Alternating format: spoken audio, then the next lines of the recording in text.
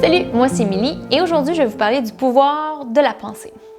Un thème qui me trotte en tête depuis plusieurs semaines est celui de la pensée créatrice. On n'en parle pas beaucoup à l'école et pourtant je suis sûre que si on le faisait, plusieurs vies en seraient transformées. Au travers de mes lectures, je m'aperçois qu'on a beaucoup plus de force à l'intérieur de nous que ce qu'on pourrait l'imaginer. C'est comme si une magie opérait au travers de notre esprit et qui pouvait transformer notre vie au quotidien, à chaque instant.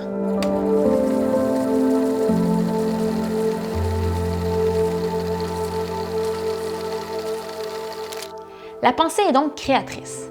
Ce thème qui existe depuis des siècles n'est pas encore assez abordé, parce que je suis certaine qu'elle pourrait être le remède de plusieurs maux que l'on vit encore aujourd'hui. Le concept de PNL, qui veut dire programmation neuro-linguistique, en fait d'ailleurs la démonstration. Ce concept repose sur la prémisse que la vie est un peu comme une spirale constante d'apprentissage et que ces apprentissages prennent place au centre de notre vision du monde, de notre relation face à nous-mêmes et de notre relation face aux autres. Il explique comment est-ce qu'on peut arriver à un état d'excellence en reproduisant et en intégrant de nouveaux modèles de pensée. Un autre grand scientifique qui vient renforcer cette prémisse est Sir John Eccles, un neurophysiologiste australien et aussi lauréat d'un prix Nobel de physiologie et de médecine en 1963. À travers son étude sur les structures ultra fines des cellules nerveuses, jointes aux calculs issus de la physique quantique, ça c'est ce qui étudie l'infiniment petit, il arrive à démontrer que l'expérience mentale, nos pensées, interagissent avec les structures neuronales du cerveau.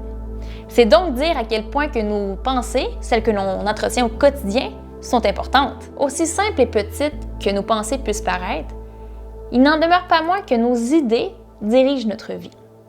Dans l'extrait du film que je vais vous mettre, vous verrez à quel point les pensées, conscientes ou non, peuvent nous lier à des mauvais patterns dans notre vie. Why do I and everyone I love pick people who treat us like we're nothing?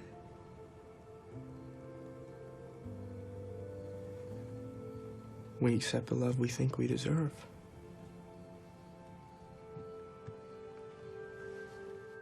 Bon alors, en terminant, je vous partage des trucs personnels qui m'aident à garder le cap dans mes pensées au quotidien. Truc numéro 1. Développer l'état d'esprit du débutant. Ce concept bouddhiste nous invite à avoir un esprit un petit peu plus ouvert, d'avoir un état plus contemplatif de la vie et puis de pouvoir quitter ce monde d'attente, d'appréhension qui nous nuit beaucoup au quotidien. Truc numéro 2. Vous répétez cette citation que j'affectionne beaucoup.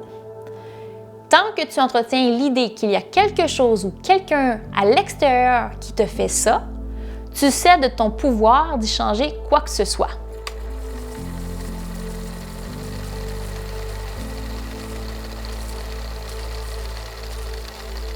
Bonne réflexion à tous et puis merci à tous ceux qui me laissent un petit commentaire juste en dessous ici. C'est grâce à eux que je persévère. Alors, on se dit à la prochaine!